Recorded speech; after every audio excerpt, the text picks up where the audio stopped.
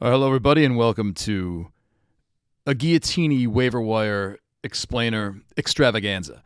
What we're going to try and do in this video is show you exactly what you need to know to pick up players correctly, to not get screwed when the waiver wire runs, and to really maximize your enjoyment of this beautiful format. Let's dive in.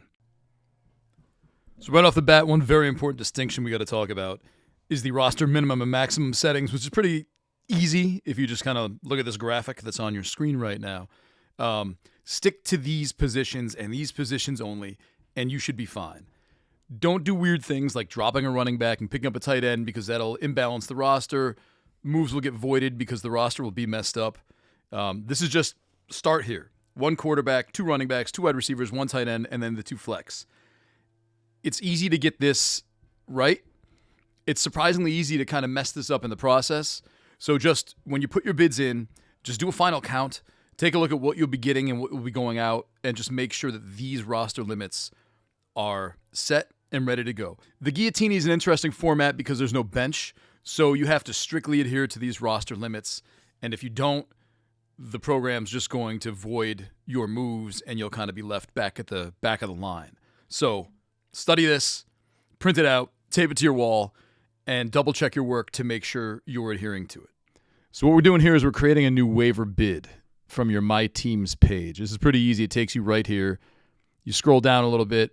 What you want to do first is make sure that you have enough players in your lineup. So every player is a starter, so you don't want to have an imbalanced lineup where you have one more person than you do spots on your roster. In this scenario, we're going to drop J.K. Dobbins. He's the only one we need to get rid of for this round. And we're just going to pick up David Montgomery. I'm going to put a $134 fab bid on him. You hit that X next to Dobbins. Right there, that's all we have to do. But what I like to do, and I think what you should do, is put in contingency bids. These are, if someone bids $200 on Montgomery, I can have my backup here all in one place. What I'm doing here is I'm putting $139 on Brian Robinson. You'll see how this is an error in a second. The first guy you bid on has to be more than the contingency bids. But we're going to roll down. We're just going to pick some more guys to have as backups.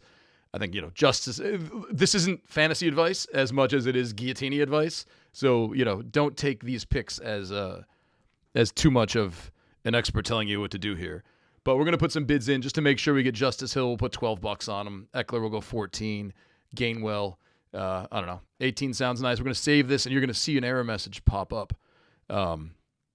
The primary player must have the highest bid amount, so let's go back. We can either bring up Montgomery, we can bring down Brian Robinson, but what's important is the primary player is 140. Eckler and Gainwell can still be more than, Gainwell at the bottom can be more than Eckler at 3. That's just, the bottom part is just to ensure what we're going to do. So anyway, that'll replace for Dobbins.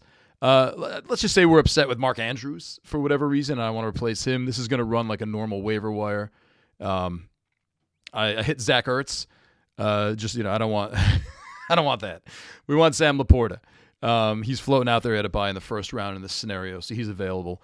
$230, I think, could did it. I'm just taking wild guesses here. We don't have to put a backup bid on everything. This is just like, I'll be happy with Andrews. Where in the Dobbins scenario, I need somebody who's going to generate points.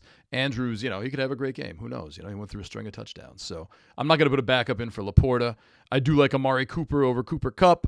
I do want to put a couple bids in here because this waiver pickup specifically is driven more for my distaste with Cooper Kupp. So, Tim Patrick, who knows? He could have a giant game, and, maybe he'll have 17 points to, Cooper's 8. So anyway, there we go. Those are my 3 bids. I'm going to wait for waivers to run, the next day at 3 o'clock. I'll go back and check. But hopefully this is helpful. Hopefully this is insightful. Hopefully you learned something. And then, of course, after waivers run in your league, when it's first come, first serve, you're going to go in and you just pick people up like normal.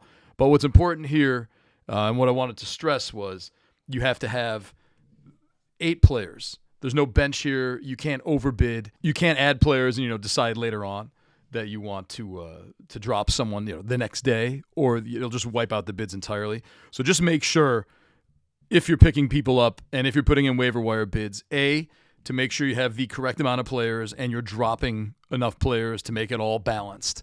And then B, put in your contingency bids if you want to make sure you get someone. And again, like what I did in this video won't guarantee that you're going to get someone. Maybe everybody outbid me on all of those players in a strange scenario, but it will ensure you at least have the best chance. So good luck. Enjoy the games. May you take down all of your guillotines forever and for always. Thanks for joining us, and hit us up if you have any questions at FantasyLifeMB on X, and we'll be glad to answer any questions you have. Hit the help button on the site. We have a wonderful customer service team. We want people to come and enjoy this game and not be thrown off by a waiver wire process that maybe they didn't fully understand. So that's why we're making the video. That's why we're telling you just hit us up. Don't be shy. We're here to help. But thank you for your time. Thank you for playing the game that we all love. And we'll see you soon.